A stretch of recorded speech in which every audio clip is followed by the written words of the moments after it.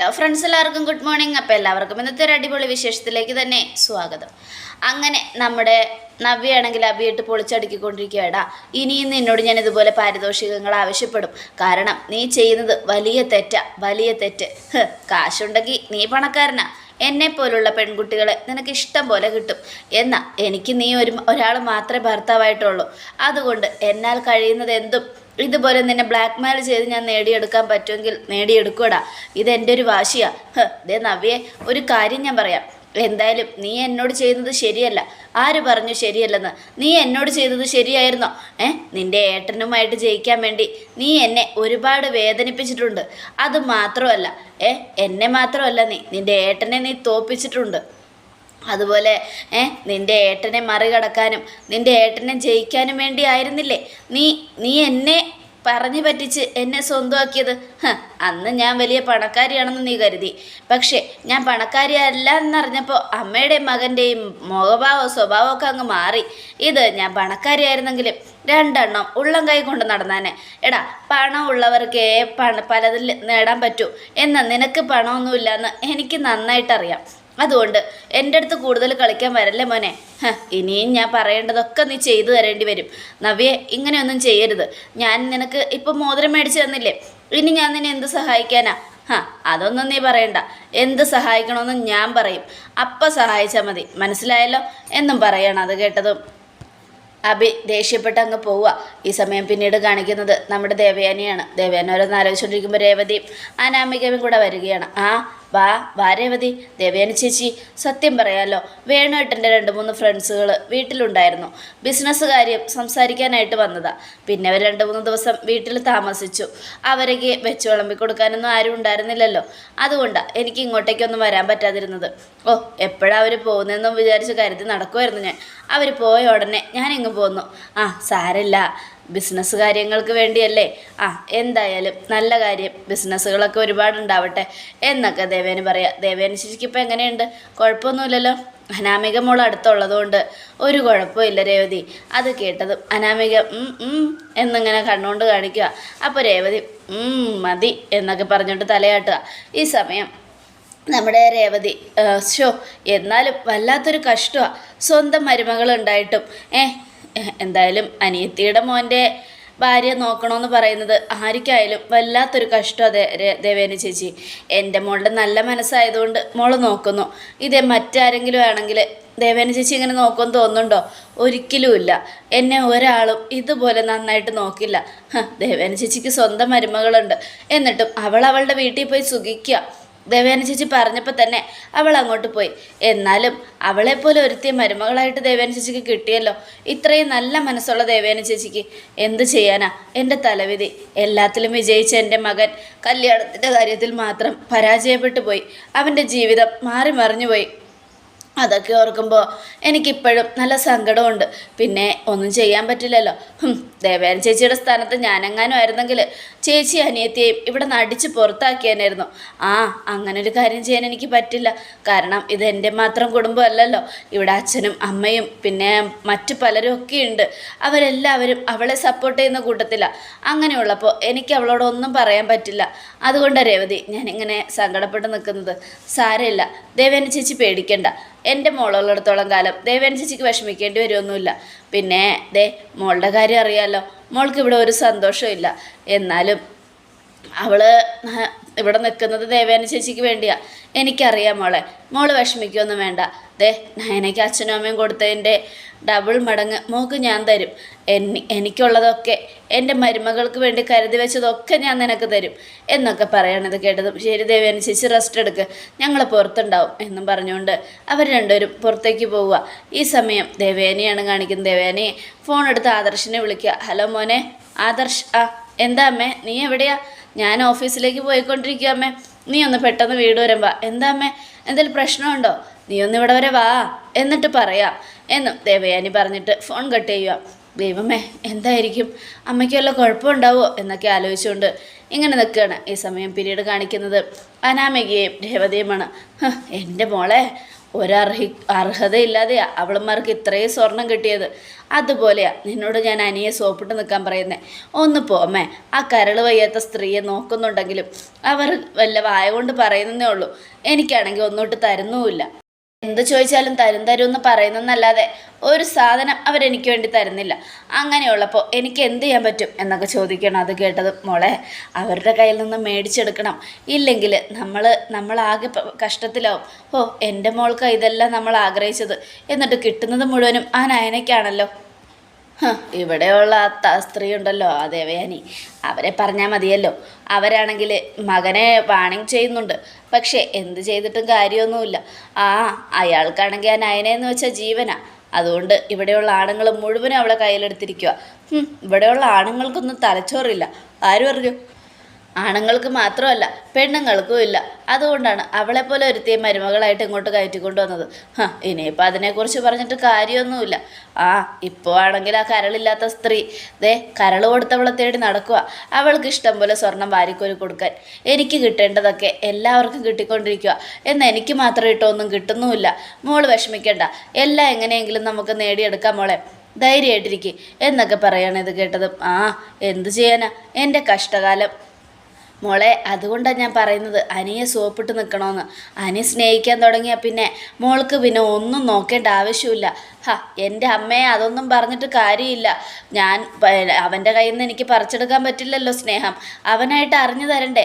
ഞാൻ സ്നേഹിക്കാൻ ചെന്നാലും അവൻ എന്നെ കാണുമ്പോൾ ഏതാണ്ട് കീരിയും പാമ്പുനേയും പോലെയാ. പിന്നെ അവനെന്നെ കണ്ടു കഴിയുമ്പോഴുണ്ടല്ലോ അവൻ്റെ മുഖം അമ്മയൊന്ന് കാണണം. കറുത്തിരുണ്ട് ദേഷ്യപ്പെട്ട് ഇങ്ങനെ നിൽക്കും. എന്നാൽ അവൻ്റെ ഏട്ടത്തെയും അവളുടെ അനിയത്തെയും കണ്ടു കഴിയുമ്പോൾ അവൻ്റെ മുഖത്തെ സൂര്യനുദിക്കും, സൂര്യൻ. അതുകൊണ്ടാണ് ഞാൻ പറഞ്ഞത്, എന്നെ കാണുന്നത് അവന് കണ്ടകശനി പോലെയാ. അവൻ എന്നെ എങ്ങാനും കണ്ട അന്നത്തെ ദിവസം അവൻ്റെ പോക്ക എന്ന് പറഞ്ഞ പോലെയാ അവൻ എന്നെ നോക്കുന്നതും വഴക്കിടുന്നതും. പിന്നെ ഞാൻ എങ്ങനെയാ അമ്മേ അവനെ ആത്മാർത്ഥമായിട്ട് സ്നേഹിക്കുന്നത്? അവൻ എനിക്കങ്ങനെ സ്നേഹിക്കാൻ കഴിയുമോ അമ്മേ എന്നൊക്കെ ചോദിക്കണം. അത് കേട്ടതും അതും ശരി തന്നെയാ. പക്ഷെ മോളെ, നമ്മുടെ നിലനിൽപ്പിന് വേണ്ടി നമ്മൾ അങ്ങനെ ചെയ്തേ പറ്റൂ. എല്ലാം സഹിച്ചേ പറ്റൂ. എത്രയൊക്കെ പറഞ്ഞാലും അവൻ മോളുടെ ഭർത്താവല്ലേ. അപ്പോഴേക്കും ദേവയാനി വരിക. എന്താ മോളെ ഇത്? അവനെ എങ്ങനെ കുറ്റം പറയണ്ട. അവനൊരു പാവമാ. അവനറിയില്ല എന്താ പ്രശ്നമെന്ന്.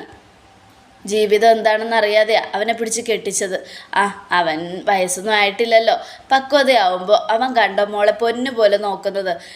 അതുകൊണ്ട് മോള് ധൈര്യമായിട്ടിരിക്കുക. വലിയമ്മ എല്ലാം ശരിയാക്കാം. എന്നാലും വലിയമ്മ, എനിക്ക് നല്ല സങ്കടമുണ്ട്. ഞാൻ എപ്പോൾ അവൻ്റെ അടുത്ത് പോയാലും അവൻ നന്ദുവിനെ കുറിച്ച് ആലോചിച്ചുകൊണ്ടിരിക്കുന്നത്, അവളെക്കുറിച്ച് ആലോചിച്ചുകൊണ്ടിരിക്കുന്നത് കാണുമ്പോൾ എനിക്ക് ചൊറിഞ്ഞു കയറും. എന്നാലും ഒന്നും മിണ്ടാതെ ഞാൻ അവനോട് അടുത്തേക്ക് സ്നേഹം നടിച്ചുകൊണ്ട് ചെല്ലുമ്പോൾ അവൻ എന്നെ ആട്ടിപ്പായിക്കും. ഇതൊക്കെ വലിയ സങ്കടമുള്ള കാര്യമല്ല വലിയമ്മേ. എന്തായാലും ഇനിയിപ്പോൾ അതിനെക്കുറിച്ചൊന്നും സംസാരിച്ചിട്ട് കാര്യമില്ല മോളെ. മോള് വിഷമിക്കണ്ട. അനി മോളെ സ്നേഹിച്ചില്ലെങ്കിലും ഞാനുണ്ട് മോളുടെ ഒപ്പം ഇവിടെ. മോൾക്ക് എല്ലാ സപ്പോർട്ടും ഉണ്ടാവും കേട്ടല്ലോ എന്നൊക്കെ പറഞ്ഞ് ദേവേനെ ഇങ്ങനെ ചേർത്ത് പിടിക്കുക. ഈ സമയം പിന്നീട് കാണിക്കുന്നത് നമ്മുടെ ജലജയാണ്. ജലജ ഇങ്ങനെ ഓരോന്ന് നോക്കിക്കൊണ്ടിരിക്കുക പുസ്തകം. അപ്പോഴത്തേക്കും വരുന്നു രേവതിയും അനാമികയും. ജലജേച്ചി സുഖമാണോ? സുഖമാ. എന്ത് പറയാനാ, ഇവിടെ എന്ത് സുഖം. പിന്നെ അങ്ങനെയൊക്കെ പറഞ്ഞ് പോകുന്നു. എന്ത് ചെയ്യാനാ, ഏത് നേരവും മോൾക്കൊരു സമാധാനം ഇല്ല രേവതി ഇവിടെ. അറിയാം. പിന്നെ എല്ലാം സഹിച്ചല്ലേ പറ്റൂ. ഞാൻ അമ്മയോട് പറഞ്ഞതാ അനി വന്ന് വിളിച്ചപ്പോൾ ഞാൻ ഇങ്ങോട്ട് വരുന്നില്ല എന്ന്. പക്ഷെ അമ്മയും അച്ഛനും കൂടിയാ എന്നെ നിർബന്ധിച്ച് പറഞ്ഞു വിട്ടത്. മോളെ, നീ അവിടെ വന്ന് നിൽക്കുന്നതുകൊണ്ട് ഞങ്ങൾക്ക് കുഴപ്പമൊന്നുമില്ല. പക്ഷെ നാട്ടുകാർ ചോദിക്കും. അത് നാണക്കേടാ. കല്യാണം കഴിഞ്ഞ് ഇത്രയും ദിവസം ആയപ്പോഴത്തേക്കും മകൾ എന്താ വീട്ടിൽ വന്ന് നിൽക്കുന്നതെന്ന് നാട്ടുകാരുടെ വായ അടക്കാൻ പറ്റില്ലല്ലോ. അതുകൊണ്ടാണ് മോളെ അച്ഛനും അമ്മയ്ക്കും പേടി. അത് അമ്മ പറഞ്ഞത് ശരിയാ മോളെ. എന്തൊക്കെയായാലും നാട്ടുകാരുടെ ചോദ്യത്തിന് മറുപടി കൊടുക്കാൻ ഇത്തിരി പ്രയാസ. അതുകൊണ്ട് മോൾ അങ്ങനെ ഇടയ്ക്കിടയ്ക്കൊന്നും ഇറങ്ങി പോകരുത്. അതിവിടെ ഉള്ളവർക്കൊരു ഇതാവും. അതുകൊണ്ട് മോൾ ഇവിടെ തന്നെ നിൽക്കണം. മോൾ ഇവിടെ നിന്ന് അങ്ങനെ ഇറങ്ങിപ്പോയിട്ടുണ്ടെങ്കിലേ അവിടെ ചെന്ന് കഴിയുമ്പോൾ അവരെ മോളെ ഇല്ലാതാക്കാനുള്ള കാര്യങ്ങൾ ചെയ്യും. അതായത് എന്നേക്കുമായി ഇവിടേക്ക് വരാതിരിക്കാനുള്ള കാര്യങ്ങൾ. അതുകൊണ്ട് മോള് പോകരുത്. എനിക്കൊന്നും സഹിക്കാൻ പറ്റുന്നില്ല അപ്പച്ചി. എന്തൊക്കെ പറഞ്ഞാലും ഇവിടെ നിൽക്കുന്നത് തന്നെ എനിക്കിപ്പോൾ ഇത്തിരി വീർപ്പുമുട്ടല, ശ്വാസം മുട്ടല. അമ്മായിയും അപ്പച്ചിയും ഒക്കെ ഉള്ളതുകൊണ്ടാണ് ഞാൻ സമാധാനത്തോടെ പോകുന്നത്. ഇല്ലെങ്കിൽ എനിക്ക് നല്ല ടെൻഷനായിരുന്നു എങ്ങനെ ജീവിക്കുമെന്ന് ഓർത്തിട്ട്. എല്ലാം ശരിയാവും മോളെ. അനയുടെ മനസ്സിലിപ്പോൾ നന്ദുവാ. അവൻ്റെ മനസ്സിൽ നിന്ന് ഇറങ്ങിപ്പോയി കഴിഞ്ഞാൽ ഉറപ്പായിട്ടും മോളെ അവൻ സ്നേഹിക്കും. അതിന് അവൻ്റെ മനസ്സിൽ നിന്നും അവൾ ഇറങ്ങി പോകണ്ടേ എന്നൊക്കെ പറയണം. അത് ശരിയാ. എന്ത് ചെയ്യാനാ. അപ്പോഴേക്കും നവ്യയും അഭിയും ഇറങ്ങി വരിക. അവരിറങ്ങി വരുന്നത് കണ്ടതും നമ്മുടെ അനാമികയും രേവതിയും തുറച്ചു നോക്കുക. അത് കണ്ട് ജലജയും തിരിഞ്ഞു നോക്കിയപ്പോൾ ഞെട്ടിപ്പോയി. നിങ്ങൾ രണ്ടാളും കൂടെ എങ്ങോട്ടാ? ഞങ്ങൾ പുറത്തൊക്കെ ഒന്ന് പോയി ചുറ്റിക്കറങ്ങി ഒരു സിനിമയൊക്കെ കണ്ട് ഹോട്ടലിൽ നല്ല ഫുഡൊക്കെ കഴിച്ചിട്ട് വരാം. അത് കേട്ടതും ഇവൻ എന്താ നട്ടല്ലില്ലേ? ഇവളെയും കൊണ്ട് കറങ്ങി നടക്കാൻ? നട്ടല്ലില്ലാത്ത ഭർത്താക്കന്മാരാണോ ഭാര്യമാരെയും കൊണ്ട് കറങ്ങി നടക്കുന്നത്? പനിക്ക് നട്ടല്ലുണ്ട്, അതുകൊണ്ടാണ് അനി ഇവളെ തിരിഞ്ഞു പോലും നോക്കാത്തത്. എടി അനാവശ്യം പറയരുത്. നിനക്ക് പറയാം. ഞാൻ നിങ്ങളെ ഒന്ന് കാണണമെന്ന് വിചാരിച്ചിരിക്കുമായിരുന്നു. ഇവളെ പ്രസവിച്ച അമ്മയല്ലേ, നിങ്ങൾക്കൊരു കൺഗ്രാജ് പറയാൻ. ഇവളുടെ സ്വഭാവമേ ഒരു ഒന്നൊന്നര സ്വഭാവമാണ്. ഭയങ്കര നല്ല സ്വഭാവമല്ലേ? എന്താടി എൻ്റെ സ്വഭാവത്തിന് കുഴപ്പം? അത് കേട്ടതും നിന്റെ സ്വഭാവം അടി ചീത്ത, നീ അടി ചീത്ത സ്വഭാവം, എൻ്റെ സ്വഭാവത്തിന് എന്താ കുഴപ്പം എന്നും. അപ്പോൾ നമ്മുടെ ജലജ നിന്റെ സ്വഭാവം പെശകാടി എന്നും പറയണം. അത് കേട്ടത് മീനിൻ്റെ സ്വർണ്ണ മീനിൻ്റെ എന്നും നവ്യ പാട്ട് പാടുക. അപ്പോൾ ആർക്കൊന്നും മനസ്സിലായില്ല. എല്ലാവരും നവ്യയുടെ മുഖത്തേക്ക് അന്തം വിട്ട് നോക്കുക. ബാഗിൽ വെച്ച സ്വർണ്ണ മീനിൻ്റെ എന്നും നവ്യ. ഇത് കേട്ടതും ജലജയുടെ ഇവളുടെ സ്വഭാവത്തിന് കുഴപ്പമൊന്നുമില്ല, പിന്നെ ഈ നാക്കടുത്തുള്ള സംസാരം അതിത്തിരി കുറച്ചാൽ മതി. സംസാരം കുറയ്ക്കാം, എന്നെൻ്റെ സ്വഭാവത്തിന് ഒരു മാറ്റവും ഉണ്ടാവില്ല. ഇങ്ങനെ തന്നെയായിരിക്കും ഞാൻ മുന്നോട്ട് പോകുന്നത്. ഞങ്ങളെ നന്നായിട്ട് ഭക്ഷണം കഴിച്ചിട്ട് വരാം. അത് കേട്ടതും ശബരിമലയ്ക്ക് മാലയിട്ട് നിൽക്കുമ്പോഴാണോ ഭക്ഷണം കഴിക്കാൻ പോകുന്നത് ഹോട്ടലിൽ നിന്ന്? അത് കേട്ടതും അതിന് ഇവനല്ലല്ലോ, ഞാനല്ലേ കഴിക്കുന്നത്. എന്നോട് കഴിക്കണ്ടെന്ന് അയ്യപ്പസ്വാമി പറഞ്ഞിട്ടില്ലല്ലോ, അതുകൊണ്ട് ഞാൻ കഴിക്കും. പിന്നെ എൻ്റെ അച്ഛന് ഒരു സാധാരണ ഒരു ശില്പിയായിരുന്നു. അദ്ദേഹത്തിൻ്റെ കയ്യിൽ നിറയെ പണമൊന്നും ഉണ്ടായില്ല. ഏതു നേരം വലിയ 5 സ്റ്റാർ ഹോട്ടലിലും സ്റ്റാർ ഹോട്ടലിലും ഒന്നും പോയി കഴിക്കാൻ ഞങ്ങളുടെ കയ്യിൽ കാശൊന്നും ഇല്ലായിരുന്നു. എന്നാലേ ഞങ്ങൾ ആവശ്യമുള്ളത് മുഴുവനും തിന്നിട്ട് തന്നെയാണ് ജീവിച്ചത്. കാരണം ഞങ്ങൾ വേണമെന്ന് പറഞ്ഞതൊന്നും ഇല്ലയെന്ന് ഇതുവരെ ഞങ്ങളുടെ അച്ഛൻ പറഞ്ഞിട്ടില്ല, മേടിച്ച് തന്നിട്ടേ ഉള്ളൂ. എങ്ങനെയാണെങ്കിലും പിന്നെ നയനയും അങ്ങനെ തന്നെയായിരുന്നു. കല്യാണം കഴിയുന്നത് വരെ അവളുടെ കയ്യിലും നല്ല ക്യാഷ് ഉണ്ടായിരുന്നു. അവളാണ് ആർട്ട് ഗാലറി നടത്തിക്കൊണ്ടിരുന്നത്. അതുകൊണ്ട് ഞങ്ങൾക്ക് അങ്ങനെയുള്ള കുഴപ്പങ്ങളൊന്നും ഉണ്ടായിരുന്നില്ല. അതുകൊണ്ട് നീ ഞങ്ങൾ ഒരുപാട് ഇട്ടങ്ങ് ആക്കല്ലേ മോളെ. എന്തായാലും ഇങ്ങനൊരു ഭാഗ്യം നിനക്ക് കിട്ടുമെന്ന് നീ നോക്ക് ഈ ജന്മത്തിൽ. ഒരു കാര്യം ഞാൻ പറഞ്ഞേക്കാം, നിങ്ങളുടെ മകളെ ഉണ്ടല്ലോ മര്യാദയ്ക്ക് നിർത്തിക്കൊള്ളണം, ഇല്ലെങ്കിൽ എൻ്റെ സ്വഭാവം മാറും. നിന്നെയൊക്കെ നിൻ്റെ അമ്മ എങ്ങനെ സഹിച്ചോ ആവോ? അത് കേട്ടതും അത് തന്നെ എനിക്ക് നിങ്ങളോട് ചോദിക്കാനുള്ളത്. ഇവളെ നിങ്ങൾ എങ്ങനെ സഹിക്കുന്നു? ഒന്നി തന്നെ മതിയെന്ന് വിചാരിച്ചത് നന്നായിട്ടോ, ഇല്ലെങ്കിലേ ഭയങ്കര പ്രശ്നമായിരുന്നു തന്നെ. ഒരെണ്ണം തന്നെ 9 എണ്ണത്തിൻ്റെ ഗുണമാണ് എന്നും പറഞ്ഞുകൊണ്ട് നവ്യ അഭിയെ വിളിച്ചുകൊണ്ട് അങ്ങ് പോവുക. അത് കേട്ടതും അനാമിക ആകെ ടെൻഷനായിട്ട് ഇങ്ങനെ നിൽക്കുക. മോളെ, ഇവിടെ എന്തെങ്കിലും പ്രശ്നമുണ്ടെങ്കിൽ നീ അങ്ങോട്ട് പോരെ, നീ ഞങ്ങൾക്കൊരു ഭാരമേ അല്ല മോളെ. എന്നാലും അവൾ എൻ്റെ മോനെ ഭീഷണിപ്പെടുത്തി വെച്ചിരിക്കുകയാണല്ലോ ഈശ്വര. അത് അഭിയേട്ടനെ മാത്രമല്ല അപ്പച്ചിയെ അങ്ങനെ തന്നെയാണ്. എന്തോ പറഞ്ഞ് അപ്പച്ചിയെയും അവൾ ഭീഷണിപ്പെടുത്തിയിട്ടുണ്ട്. അതുകൊണ്ട് അപ്പച്ചി ഇങ്ങനെയൊക്കെ പേടിച്ച് നിൽക്കുന്നത് എന്നൊക്കെ പറഞ്ഞുകൊണ്ട് അവരങ്ങോട്ട് പോവുക. ഈ സമയം ദേവയാനിയാണ് കാണിക്കുന്നത്. ദേവയാനി അനാമികയെ വിളിച്ചിട്ട് ചെക്ക് എടുക്കാൻ പറയണം. അപ്പോൾ അനാമിക ചെക്ക് എടുത്ത് ദേവയാനിയുടെ കൈ കൊടുക്കുക. എനിക്കായിരിക്കും ചെക്ക്. മുത്തശ്ശിയും അവൾക്ക് കുറേ സ്വർണം കൊടുത്തപ്പോൾ എന്നെ വിഷമിപ്പിക്കണ്ടല്ലോ എന്ന് കരുതി എനിക്ക് ഇവർ കുറേ പണം തരാമെന്ന് പോകുമായിരിക്കും. എത്രയായിരിക്കും തരാൻ പോകുന്നത്? ഇങ്ങനെ നിന്നിട്ടൊരു സമാധാനമില്ലല്ലോ. ഒന്ന് ചോദിക്കാം, ആർക്കാ വലിയമ്മ പണം കൊടുക്കുന്നേ? ഞാൻ ഏറ്റവും കൂടുതൽ സ്നേഹിക്കുന്ന ഒരാൾക്കാ എന്നും ദേവയാനി. അത് കേട്ടതും അത് ഞാനാണല്ലോ. ഞാനല്ലാതെ ഇവർ ഏറ്റവും കൂടുതൽ വേറെ ആരെ സ്നേഹിക്കാനാ? എൻ്റെ ദൈവമേ, ഇപ്പം കൈ നിറച്ച് പണം വരും, ലക്ഷങ്ങളായിരിക്കും വരാൻ പോകുന്നത് എന്നൊക്കെ ഇങ്ങനെ ആലോചിച്ച് അനാമിക നിൽക്കുക. അപ്പോൾ അനാമിക, എന്നാലും അതാരാണ് വലിയമ്മ ഏറ്റവും കൂടുതൽ സ്നേഹിക്കുന്ന ആൾ? അത് കേട്ടതും മോളെ, ഞാൻ അന്വേഷിച്ചുകൊണ്ടിരിക്കുന്ന ഒരാളാണ് അത്. ഇപ്പോൾ ഞാൻ ഏറ്റവും കൂടുതൽ അവരെ കാണാനും ആഗ്രഹിക്കുന്നുണ്ട്. അത് ഞാനല്ലല്ലോ. ഇവരാരെക്കുറിച്ചാണ് പറയുന്നത്? ഒരു ക്ലൂ എങ്കിലും താവില്ലമ്മേ. വേറെ ആര്? എനിക്ക് കരള് തന്ന പെൺകുട്ടി. അനാമിക ചമ്മിപ്പോയി. ചമ്മി നാറി അനാമിക ആകെ മുഖം മാറി നിൽക്കുക. എന്നിട്ട് അവിടെ ഇപ്പോൾ എനിക്ക് പണം വേണമെന്ന് പറയാൻ പറ്റില്ലല്ലോ. അതുകൊണ്ട് അത് ശരിയാ വലിയമ്മേ, ആ കുട്ടിക്ക് ഇത്തിരി പൈസ കൊടുക്കണമെന്ന് അച്ഛനും പറഞ്ഞായിരുന്നു. അതൊന്നും വേണ്ട മോളെ, ഞാൻ കൊടുത്തോളാം. എൻ്റെ കയ്യിൽ ഇഷ്ടം പോലെ പണമുണ്ട്. ഞാൻ എന്തിനാ അതൊക്കെ എടുത്ത് സൂക്ഷിച്ചു വയ്ക്കുന്നേ? ഇപ്പം തന്നെ കരള് പോയി. എനിക്ക് ആ കുട്ടി തന്നില്ലായിരുന്നെങ്കിൽ ഞാൻ നേരെ മുകളിലേക്ക് പോകുമായിരുന്നില്ലേ? അതുകൊണ്ടാണ് ഇതൊക്കെ സൂക്ഷിച്ചു വെച്ചിട്ട് കാര്യമൊന്നുമില്ല, പണം ചിലവാക്കാനുള്ളതാണ്, പിന്നെ അത്യാവശ്യത്തിന് എടുത്തു വയ്ക്കണം, അത്രയേ ഉള്ളൂ എന്നൊക്കെ പറയുക. ഇത് കേട്ടതും അനാമിക ഓ പരട്ടക്കിളവി എന്നെ പറ്റിച്ചു കളഞ്ഞു. അപ്പോഴേക്ക് ആദർശ് വന്നതും നമ്മുടെ അനാമിക വാതിക്കലോട്ട് പോയിട്ട് അവിടെ മറിഞ്ഞു നിൽക്കുക. ഈ സമയം എന്താ അമ്മ എന്തിനാ വരാൻ പറഞ്ഞേ? മോനെ ഈ ചെക്കിൽ പൈസ എഴുത്. എന്തിനാ അമ്മ? ആർക്ക് കൊടുക്കാനാ? എനിക്ക് കരൾ തന്നാ പെൺകുട്ടിക്ക് കൊടുക്കാനാ മോനെ. എൻ്റെ അമ്മ ആ കുട്ടിക്ക് കാശൊന്നും വേണ്ടാന്ന് പറഞ്ഞില്ലേ, പിന്നെ അമ്മ എന്തിനാ കാശ് കൊടുക്കുന്നേ? അവർ പാരിതോഷികം പ്രതീക്ഷിച്ചിട്ടല്ല നമ്മളെ സഹായിച്ചത്, അതെനിക്കറിയാം. എന്നാലും നമ്മൾ ചെയ്യേണ്ടത് നമ്മൾ ചെയ്യണം മോനെ. അതുകൊണ്ടാണ് പറഞ്ഞത് എഴുതാൻ. എത്ര എഴുതേണ്ടത്? 50 ലക്ഷം. എൻ്റെ അമ്മ ആ കുട്ടി മേടിക്കില്ല. ആ കുട്ടി മേടിച്ചില്ലെങ്കിൽ അതിൻ്റെ ബന്ധുക്കൾക്ക് കൊടുക്കണം, ഇല്ലെങ്കിൽ അതിൻ്റെ ഭർത്താവിനെ ഏൽപ്പിക്കണം. അവളുടെ ഭർത്താവാ പൈസ ഒട്ടും മേടിക്കാത്തത്. അതുകൊണ്ട് അമ്മതേ ഇങ്ങനെയൊക്കെ കൊടുക്കുന്നത് അവർക്ക് വലിയ സങ്കടമാവും. ഇല്ല മോനെ, ഞാനിത് കൊടുത്തില്ലെങ്കിൽ എനിക്ക് സങ്കടമാവും.